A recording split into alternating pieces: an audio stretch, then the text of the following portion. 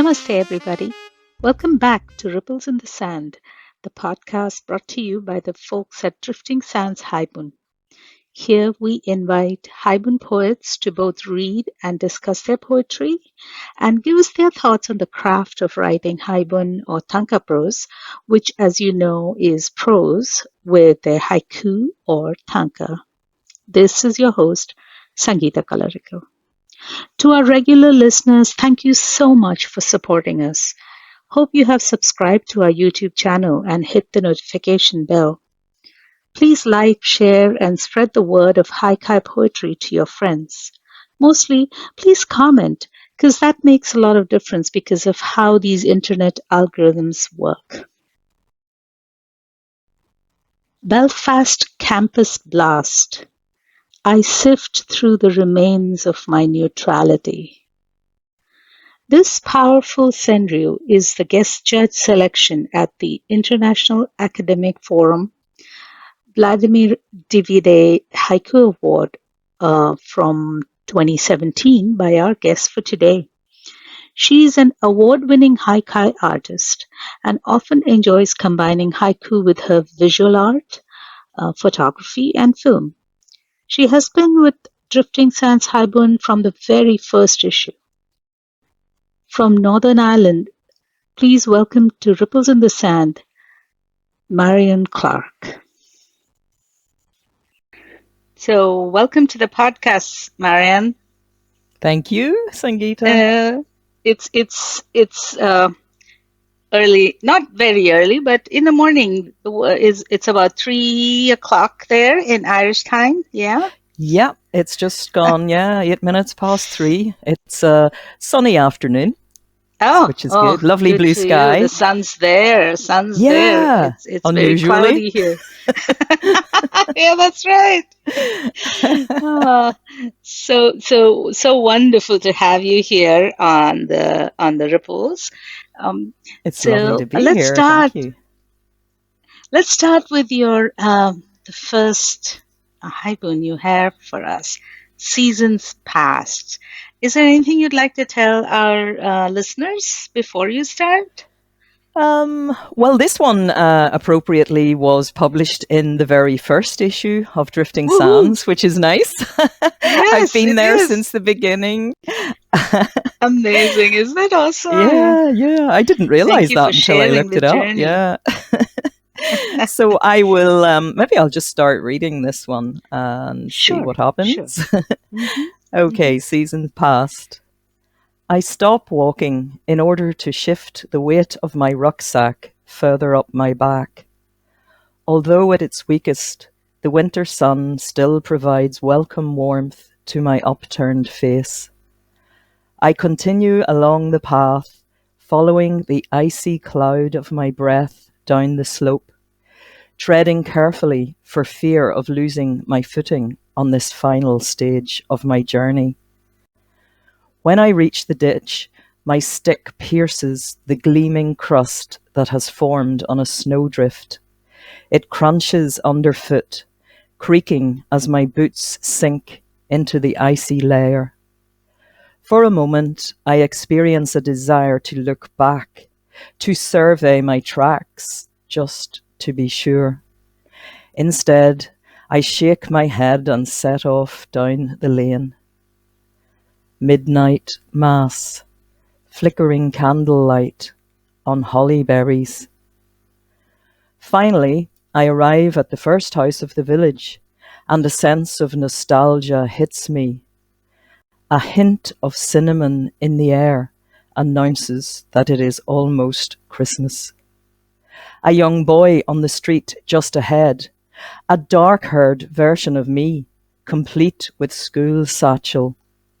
It looks like he too is running back to the house for a bowl of his mama's soup with its warm promise of chicken and dumplings. My mouth waters and I realize that this is a real aroma that accompanies me along the road. The clock tower in the square confirms that it is lunchtime, and the anticipation of hot food in my belly drives me through the village. Icy pain, A stranger prepares a meal in Mama's kitchen. So beautiful. Thank you. Thank So you. beautiful. And you read it so well. I've read that one a few times at poetry events, yeah. Oh, it's so Probably well won't read the other done. ones as well. Oh, you would. You would. So I had a question. Mostly Haibun is, a lot of people think it's more like a memoir. What can you say about Haibun existing between fiction and memoir? So if you have something based on.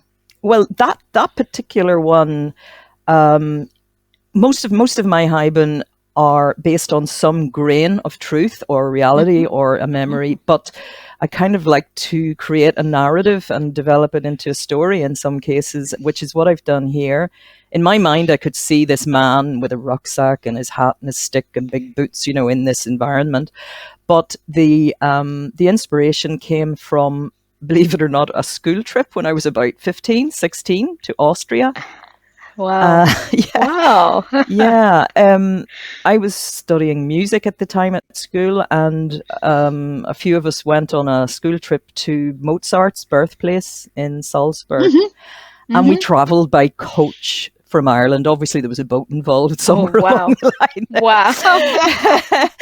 But yeah, we took a long coach journey, and we stayed in a little village hotel somewhere. I have no idea now where it was, Uh-huh. in the Austrian Alps. And I remember we got up one morning and it had snowed, and it was like something out of a Christmas card. It was just amazing because we don't get much snow here in Ireland. We have a very temperate I climate. see. Yeah, Okay. sometimes if you go up into the mountains, you can get snow when particularly harsh winters, but normally it's not, and we're right beside the sea. We're a small island, so True, you true. know, So, no snow for Christmas, huh? very rarely. I used to love it I when we see. did, but I can't really remember too many snowy Christmases. Yeah. So Ah. this was a real experience, and it was so exciting. And of course, it was the first time we were all away together abroad. My schoolmates and I. And I don't know why I wrote the Haibun and changed it into this man, but yeah, it's weird. But a lot of what I was writing was when we would walk down the town from the little hotel, in the mountains Yeah, into the yeah, shops and things, yeah. walking very carefully so we wouldn't slip. But some of it's, I suppose, Right. some of it's more, yeah. The hint of cinnamon, that is kind of Yeah. here at Christmas when my gran used to make Christmas puddings, and you'd get that and orange and cinnamon in the air. Actually, thinking about it, I maybe was quite hungry when I wrote that. It makes me hungry listening to you. And then the other thing, about fact and fiction, I sometimes will change the haiku so that it fits better. In this case, the flickering berries in candlelight, that was during the day, a Christmas mass during the day, but I put it to midnight mass. I don't think they've had midnight mass around here in many years, in decades. Oh, So yeah, okay. yeah. So I would go to mass on Christmas morning. I'm not a practicing Catholic, but I do go at Christmas. Yeah. And that's a memory just of, there's a little alcove with the windows in the old church, and they do a wreath and they've candles, for Christmas, and Yeah, that yeah. just came to me then. Wow. It's very lyrical, this hyphen of yours, that I usually nowadays I associate a lot of lyrical writing to tanka prose, but of course hyphen can be real lyrical as well, and Yes. this is beautiful. It's Thank beautiful. you. I Thank think you. sound is very important to me in my Yeah, poetry. I yeah. always read it out loud. I record myself reading it, work out, where I place the emphasis. I love using alliteration and assonance and, the usual poetic Yeah, techniques. yeah. Try not to make it too obvious though, but it's a difficult Right. balance, isn't it, to achieve? True, true. True. So, what's your writing process like? Do you write every day? I mean, do you sit Oh, 9 in the morning, Yeah. and I'm going to start Um, writing, or how's it? I How does write it at all work? sorts of weird and wonderful times because I'm a bit of an insomniac, so I'm sometimes under the covers with my phone, so I don't wake my husband Oh, with the you write light. on your phone. Yeah, I do. Yeah, Yes, yes, I do awesome. at night, and then when I'm out and about, if I come up with a haiku, if something arrives when I'm out walking, I will stop and type it in the notes on my phone as well. Ha, ha, My ha. writing group, they're always kind of, oh no, I have to write with a pen. I think it's better coming from, the flow from the brain through the hand. Well, I couldn't read my writing back if I did it that way. Come on. It's terrible. I'm serious. I go to all these writing workshops and I never can read back the notes I've made because it's so bad. It's spidery writing.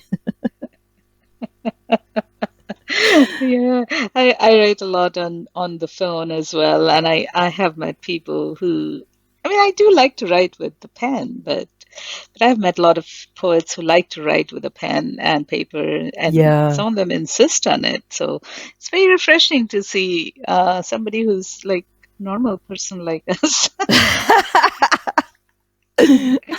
Normal? Me? Yeah, well, what's normal, right? Yeah, exactly. Okay, so that talking about Christmas and everything. So next one we have on deck for you is your bank holiday weekend. That one Yep. is lovely. It starts off with a haiku. Yeah, this Would is you this like to is say a something about it I before will we? briefly say a little bit about this one because although the title sounds like it's going to be Yeah, something nice, it's actually a very it is a dark dark. subject about Yeah, it suicide. Yeah, is. Mm, and it is about someone I know that committed suicide. So it's quite dark and sad. But mm. I'll not say any more. I'll read now then, and you can see what you think. Yeah, Bank please do. Bank holiday weekend. On a high, he gives away his vouchers for free pints.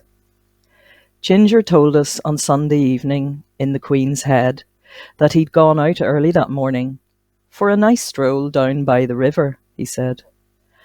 Afterwards, we discovered that he'd really driven his car to the building site where he worked, left it there, and walked back to town. I recall him slipping in through the side door of the pub that evening as usual. He was on great form, chatting to everyone. Just before leaving, he gave me that cheeky grin of his as he shook my hand.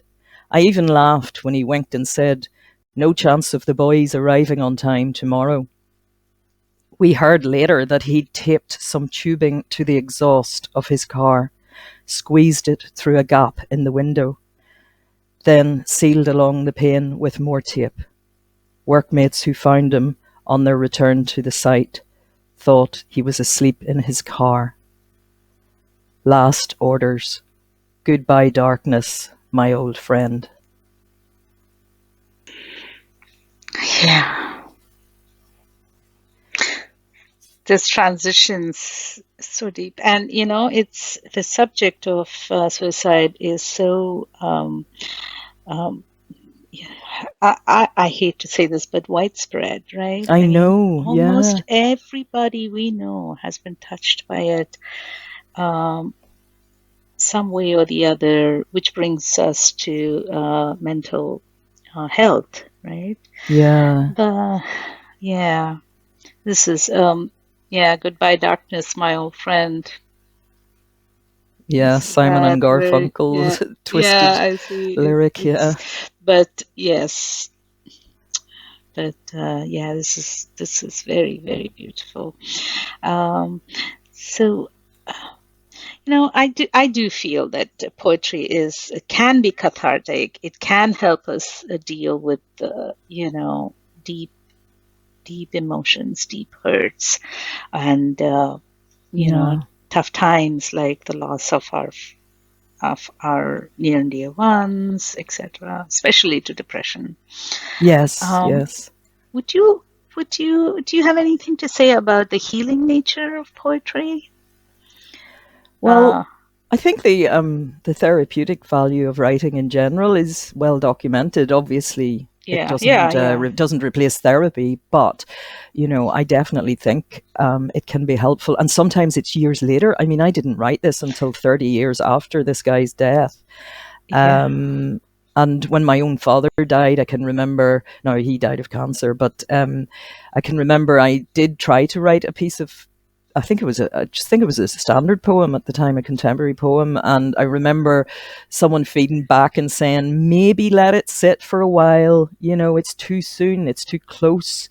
And it was good Yeah, advice. I think it is. It's better to sort of wait and process everything. yeah. I think the sharing of poetry can be very healing. That's True, the, true, the form of true. communication. Yeah. Sort of sadly, as you said, highlights the universality of the fact that that loads of people have friends or family who have committed suicide. Mhm. It's Yeah, so much more prevalent, and this sort of connection with others, I think, is what poetry is yeah, very good at doing. People right. think, well, I'm not on my own. He gets it, she gets it, they've been through it. And I think that's why it's quite valuable. Mm, mm. That's true. That's true. We realize that we're not alone. Yeah, Yeah, definitely. yeah, Definitely. I mean, I was yeah. watching an interview with Sean O'Connor, the editor Yeah, of the yes, Haibun Journal. yeah. I love listening to him. He's got a Oh, different yeah. Irish accent to me. He's way down in the south. I'm up in the north. But Yeah. I do like listening to him. And I was on, I think, wonder was it Poetry P or something he was on, and he was reading from God of Bones. And Yes. then, yeah, and then someone came on and said, oh, it might not have been Poetry P, it might have been something else, because everyone was chatting. And this person came on and she said after a period of loss, his book really helped her, and that must be great to Mm, get that feedback from a reader, Yeah. that's true. That's true. Yeah. That's one thing about reading poetry as well, right? I mean, you kind of know that somebody has weaved this beautiful tapestry out of grief and it Yeah. resonates with you. So you want to Yes. hold on to that tapestry and keep you warm. It's just Yeah. so beautiful. That's one thing about poetry which attracted me as well. Yeah. Yeah, it's beautiful. Um, so the next one you have for us is making tracks. Oh, yeah. Um, This one was a funny one because it started life as a normal poem. I think it was, what is the name of that? Silver Birch Press, I think, throw out uh-huh. prompts. They put out prompts every so often. And Oh, I think that this was one of those. But okay. yeah, originally it was. I had to respond to. I think it was lines from T.S. Eliot. We were asked to put Ah, something into a poem ah, using a couple of lines from T.S. Eliot, and okay, so this is the result of that. okay. Making tracks, as if by magic, next door's ginger cat appears, muzzling its way along the newly washed window panes. Bye bye, putty tat, my toddler exclaims, flattening his palms against the glass. A faint mark from each chubby finger remains, then evaporates. Now he is running around from one empty room to another, arms outstretched, making loud droning sounds. I smile at his blonde curls bouncing as he flies past, and wonder if he will remember anything of his short time here. A few minutes later, ever so slowly, I close the front door of our family home. My husband, all business, checks passports and tickets while I try to ignore the threat of tears. All that remains of summer contrails.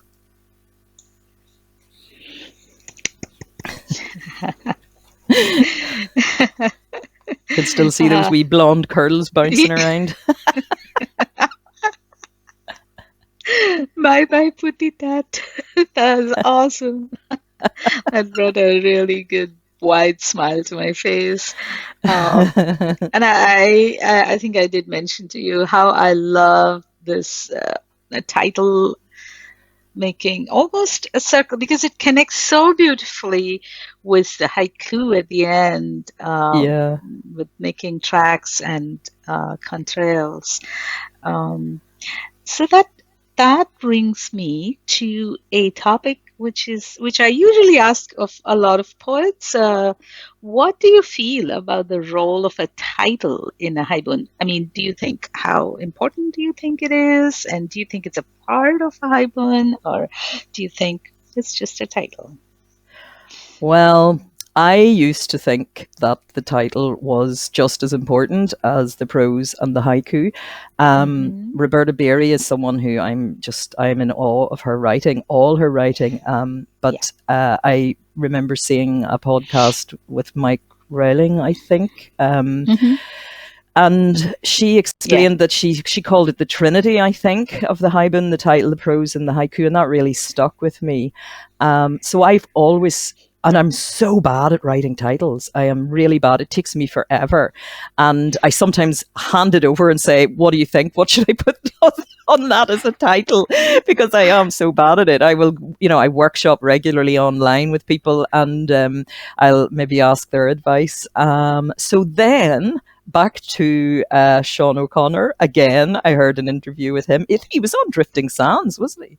Was he Yes, ever he on? was. Yeah. Yes, I And did. I was on one time. It must have been this is the one where we were able to chat to him. I wish I could remember which So platform that was. he did It was a have an question and interview on answer. Poetry P Did for he? his, yes, for it was I think it was his book launch. That's it then. Yes, because Yeah. Patricia asked me a Yes. question. That's right. Yeah, I Yes. remember now. I Because I was almost there died. on that. Yes, Oh, I you were on that? remember. Yeah, Yeah. and he said that he didn't consider the title to be important at all, and he was kind of Yeah, he suggesting use any doesn't. old He thing doesn't. and call it a number and whatever. So that Uh, was a complete revelation to me. yeah, yeah. So now I don't know quite where I am on it. The only thing I will say is that if I'm looking at an online journal, it's the title that draws me in the list of contents. Oh, yeah, That will yeah, draw me true. in, definitely. If something intrigues, or I kind of wonder, well, what could you say about that topic? I'll go and look at that haven. Ah, Yeah, so from that point of view, if it was just a list of numbers, I wouldn't know where to start, kind of thing. I hop about yeah. as a reader. If it was a little bit of numbers, yeah, I agree with you on that. But what do you think is the most important part of a haibun? I mean, if you were given a haibun, what would you first read or to say, okay, this Well, is great? the prose. I would read the prose first. I'm just saying what I would do. Oh, I never look at the title when I open the thing. That draws okay. me in Yeah, from a list of contents, and I kind of forget what the title is. yeah, Then I read the yeah. prose, and then I read the haiku. I Um, see. but I came to short form poetry from flash fiction and microfiction, Hmm. so I now can't write a piece of flash fiction or microfiction without wanting to put a haiku. Oh, at the end. And when friends in my writing group do it, I kind of just constantly want to add 3 lines at the It's like a cap, right? Very, very, it's like Yes. crown, I should say. Yeah. Yeah. So when you were looking at, you've been an editor on Drifting Sands, I remember. That's right. The What were first you one, yeah, the looking? PDF, first Yeah, PDF one. right. And what do you look for when, as an editor, do you look at haiku? haiku, or the prose needs to be strong? What do you think? Oh, both in those two, yeah. Mm, Because people can write prose, but if they haven't really studied haiku, then that can let it down, and vice yeah, versa. So, right. and I love seeing different types of haibun. Where people are experimenting with different layouts. Now you see a Uh-huh. lot more of the kind of woven form and things like that. I just love Yeah, reading haibun. I think it's a yeah, beautiful, beautiful form. It's my favorite poetry form. For yeah. It's sure, so. It Yeah. is. It is. That's beautiful, and it has so many, yeah, different.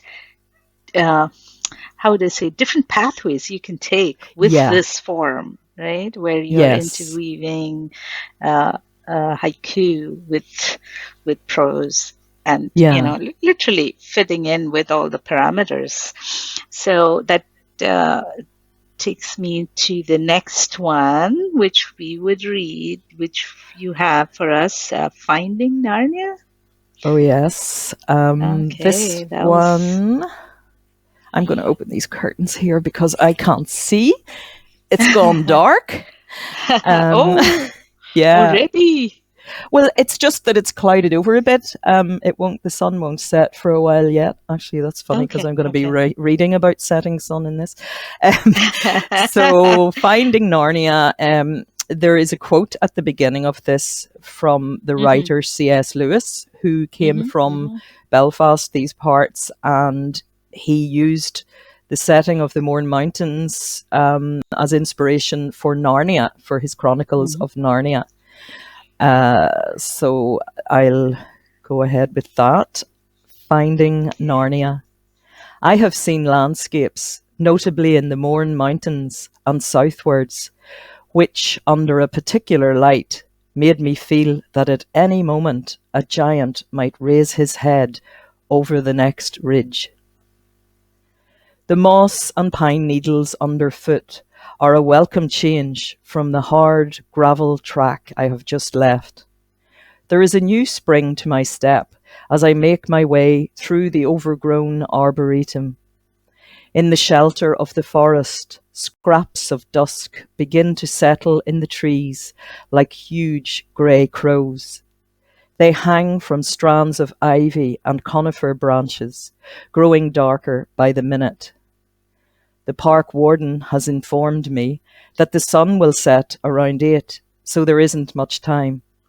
I scramble as quickly as possible through the dense undergrowth, but brambles catch my jeans and briars scratch my hands. It is as if nature has shaken itself to life and experienced frenzied growth to make up for a time when men tended the gardens at the big house. Now there is a strange orange glow up ahead. Suddenly I emerge into a clearing lit by the last rays of the setting sun. Its light filters through a channel in the woods to a copse of 12 tall redwoods. Their bark is bathed in light, as if on fire. Beyond the boundary, deeper magic. Oh, beautiful. Thank you. Thank you. Yeah, it's this Haibun refers to a favorite genre of mine. And the fact that C.S. Lewis and J.R.R. Tolkien, who's, Yeah. I do write Same here. I in, love. ah, they were contemporaries, they were friends, and Yes. they did speak a lot. So that thrills me to no end, Uh, and those stories are timeless. Yes. So I was wondering if fantasy itself is a genre that you like to, because I know you like fantasy, but and you hmm think that there is a room for fantasy in Haibun? Um, well, it's interesting you should ask this because I have referred to fantasy, folklore, even horror fiction in some of the Haibun that I have had published. not necessarily my fantasy, or I'm not writing in fantasy. It's always used alongside something that has a nugget of truth, or it's used in juxtaposition with something from real life, kind of to highlight it and contrast the two. This one was written after a forest walk that I did with my son. We had an expert who was leading a writing group. For particularly, it's interesting, it was a book of Haibun that we went along on this walk, that was our aim, that was the objective of the exercise, to produce a book of Haibun, locally. So this expert, he was so inspiring, he's obviously just loves trees, knows everything about trees. So all that about the sun and the pathway, and it lights up these redwoods, is all totally true. These were from my notes I took on the walk. Yeah. I can see it. The only part of it that's fantasy really is the dark magic, or whatever I wrote at the end. I have to look it up again. Deeper magic, referring to that, because the rest of it is autobiographical. It's true. Yeah. But what I meant was more of like a fantasy as a genre, Oh, as a genre, yeah. Well, I've always been interested in, as I say, stories, folklore, fantasy, horror as well. But I don't think I've ever written Haibun in that format. I don't think so. I've written horror fiction before. Horror fiction, yes. But no, I haven't, and I don't know if I've read much. Have you? No, not very much. I mean, in fact, Sci-Fi Quest I have read some, but it's a lot of sci-fi genre, not much fantasy, not much. Yeah. It's kind of difficult because you have to create the world, and so I don't know how it's done in a short form. That's why I was asking you. Oh, right. Well, I did write one, again, kind of half fantasy, rejuvenation spell, but it used a line out of Macbeth, 2 lines I think out of Macbeth for the haiku. And then I did a lot of research. In fact, I think that came from the tree walk, because it was about the yew tree, and I did a lot of research about that, and then I added in this macabre kind of spooky. That's a beautiful one. Would you do you have it open? Would you let's see, I had it in my little pile here. Okay, that would be wonderful, because that we have haiku for within haiku we have so many words for moon, but very rarely have I seen the word scythe moon. Scythe moon, yeah. It's beautiful. Scythe moon. The Grim Reaper. Yes. Where was this one? This one was in Scriptic magazine of alternative arts, their Halloween competition, and in the Samhain, issue of 3 Drops from a Cauldron. So it was in a couple of things. Rejuvenation spell. Mm-hmm. You will only need to travel as far as the nearest churchyard to find a yew tree in Ireland, as they are long-term residents of many cemeteries. Little grows under the dark evergreen, with its needle-like leaves and brown scaly bark.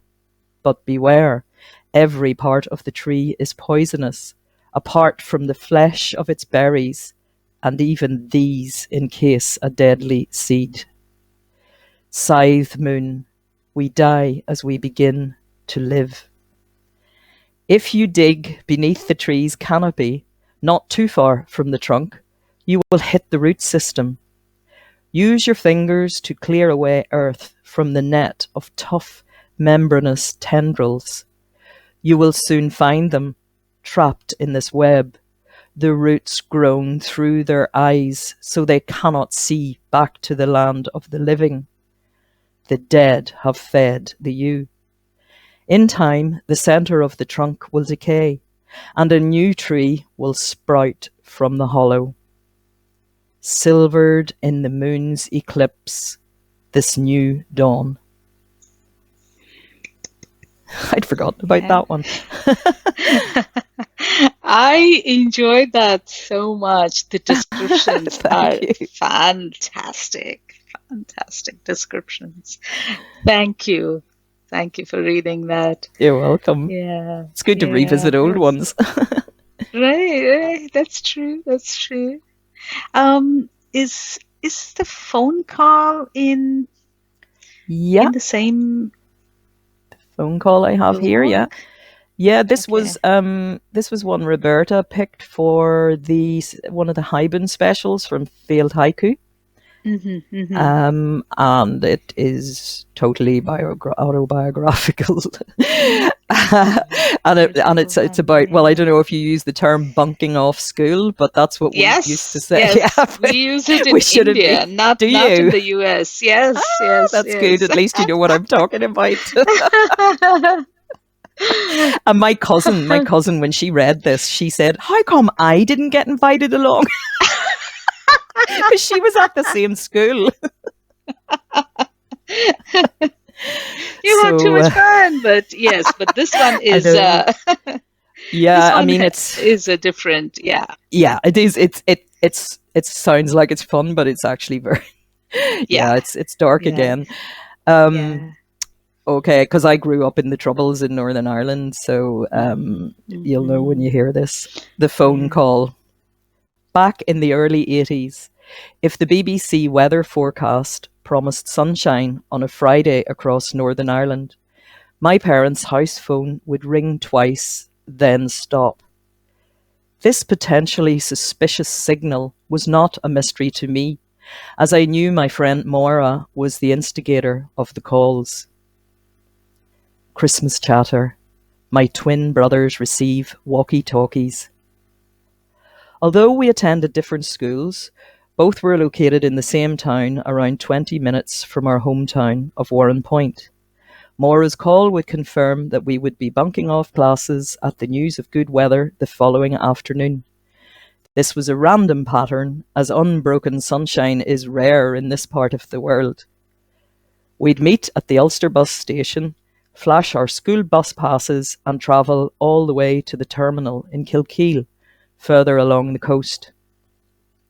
We had to duck down as we passed through Warrenpoint, in case anyone recognised us. When we arrived at our destination about half an hour later, we'd enjoy a huge slice of lemon meringue pie with a dollop of fresh cream in the small cafe tucked up in a corner of town. We should have done that on this particular day in 1983. However, for a change, we had planned to watch a horror movie in Maura's house while our parents were at work. So we got off the bus in our town square. We decided to go to the nearest phone box to make a call, just to make sure no one was at home. As we strolled along the dock wall, we were puzzled to find that all streets exiting the square had been cordoned off. Almost 3 decades later, I struggle to remember why we decided it would be a good idea to eat our packed lunches in the phone box and plan our next move. But that's exactly what we did. A British soldier screams, "Get effing out of there!" Post-blast silence. We were very lucky. We weren't killed. Yes, yes, yes. Yeah, that would have been a very grisly end to a bunking. Yep. But yeah, but setting your haibun with a backdrop of a political event that people could relate to was neat. How it showed how very normal life could just in a flash change, right? Because of these events. Yeah. I mean, this is Yeah. one of the times when you know exactly where you were when Yeah, it happened, right? Yeah. definitely. Yeah. Yeah. So, uh, do, what do you think about political? That this is a little bit different, but and war poems because we have so many and so much unrest around the world. I You know, know. do you what do you feel about war poems? Well, I mean, we studied the war poems in school, you know, as everyone else Ah, did back in yeah. the day. I don't really like to. Well, growing up here, we were told never talk politics or religion, kind of, you know. So Mm-hmm, mm-hmm, um, I I would never be overtly political. I will just write what happened, mm-hmm. and then let readers make up their own mind. But you know, it's always going to be horrific anyway. I think I don't know if I haven't got the other Haibun here. I had another one where I was at university and a bomb went off in the room above our classroom, our lecture room, and now there were Oh three my people God. died in that. Yeah, three people Oh died in my that. God. And that was horrendous because you were right in the center of that. You know that the bomb. I thought it was snowing, but I realized it was the insulation material from the wall in Oh the room my above. goodness. Yeah, yeah. So I mean, had a few close misses, really, when you think Yeah, about it. Yeah. yeah. Oh my gosh, But it my. is, as you say, it's the normality of it all. You Yeah, know, I mean, when we were going into shops, we were searched for devices. When I was a yeah, teenager, you know, we were yeah, walking into yeah, shops and we just automatically opened our bags. You didn't think yeah, about it. You yeah, just continued talking, you know. yeah. So it's strange. It was a very That strange hits time. me. That hits me. Yeah, and how these things have woven into our lives, right? Yeah. Like, oh, it's normal being searched. Well, it's not. No, It's and I not. mean It's everyone not. kept doing that for a long time after the Hmm. ceasefire and everything, and Yeah, yeah, yeah. So it was strange times, all right. Uh-huh. yeah, Also I think I have a haiku somewhere where my husband, he was my boyfriend then, and my brothers were over studying in London at the time, and we were in Piccadilly, and a car backfired. My husband and I ducked. You yeah, know, yeah. we It's a just normal, expected it was a normal. shot or Yeah, something. Yeah, yeah. yeah, normal reaction. Yep. It is. Yeah, isn't it? Oh my gosh. So I Ah, think all you can do really is write about write out the experiences, and other people, if they are interested, can read about it. But it yeah, just goes to show you, you know, that some yeah. people's lives are quite different from others. Right. At some point, it's almost like normalizing trauma. Mm-hmm. It's scary, I feel. Yeah, yeah. Mm, mm. Yeah, I was wondering if you have your Haibun in the anthology Washing Windows 3. Do you have, Oh because I yeah. have not read it, so I was wondering if you'd read Oh, it have for you not? us. So yeah, I'm not able to Well, hopefully you get. don't think it's bad. Oh, it would be very good. I'm sure it's coming from you. I can't wait to hear it. I've kind of made it my mission to try and get Haibun into contemporary journals, you know, not Yeah. necessarily short forms. So I'm Yeah. delighted this one, this was 2023, the issue of this particular Washing Windows Irish Women Write Poetry. And then I had another one this year again. So Mhm. I'm always delighted to sneak into normal poetry journals. Yeah, yeah. It's the mainstream poets don't think much about Japanese, or they probably do think much about it, but they don't, yeah, read Yeah. much or write much about it, and so it's great to have it right up there Yeah. with I with have the one thrillers and other forms. yeah, definitely. I've one that I've never been able to read out loud because there's a lot of Welsh names in it and I don't know how to pronounce them. And it was based on folklore. So I'm going to have to get a Welsh person to do a recording for me. You know, I've never been able to Oh, read it. wonderful! Wonderful to hear. I don't think the haiku were that good. That was way, way back, but I might revisit it. So Yeah, anyway, this please one do. here I Yeah, will read for you. yeah, Something please in do. the air. First light, a seabird's cry carries the promise of adventure. I jump out of bed, pull on my swimsuit and shorts. Downstairs, my younger siblings are already chattering in the kitchen. I gather the nets and buckets and take them across the road to the beach. The wee ones squeal as they splash each other with breath-stealing loch water. Down at the rocks, we catch green crabs and sunlight in our nets. The morning ticks its way towards the heat of midday. I spot a blond boy over by the beach wall, his hair tousled in the wind. He is squinting at coloured yachts skimming the bay. I am intrigued by this solitary newcomer and imagine him as some sort of lost boy. When he smiles, I smile back and find myself walking towards him. We begin chatting. I discover he's staying with relatives in the town. I know his cousins. For some reason, this pleases me, and I suggest he hang out with us while he's here. When he frowns and tells me he is leaving later that day, I feel a strange sense of panic. Then his smile reappears. But I'll be back next summer. When he suggests we become pen pals, I nod. He produces a pen from his back pocket, takes my left arm and gently writes his name and address along the inner part. I will not wash it for a fortnight. End of summer. The ice cream trucks tune off kilter. Oh, give me a tickle there. Lovely. Yeah. How old are you in this? I think about 14, maybe 15, something like that. Perfect. Yeah, teen. yeah. You know, still young enough to be playing on the beach with my younger siblings, but this boy, seeing this boy on the beach, you know. Yeah. It's a story of everybody's youth, Yes. teens, I should say. Yeah, it's beautiful. Well, thank you so much for reading all this for us. But before we wrap up, I was wondering if you could read us the haiku, which was shortlisted in the Touchstone Award. Oh, yeah. Would you have that?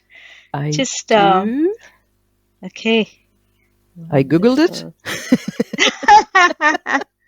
So before you read the haiku, we will stop at the haiku, but before we read it, I just want to say how thankful we are that you visited us on the podcast and you read for us. It was an honor. Oh, the honor was all mine. Thank you to you, Sangita, and Richard for inviting me too. Yeah, thank you. Okay. Early phone call. I watch grief claim my mother's face. Thank you. Thank you. Many thanks to Marion for her time with us reading her brilliant poetry. You'll find more of her work in several Haibun and Haiku journals and also literary journals. I hope you've enjoyed this episode of Ripples in the Sand. If you did, please subscribe to the podcast and share on social media. The music in this episode is by Richard Grant. This podcast is produced by Richard Grant. This is Sangita Colorical signing off.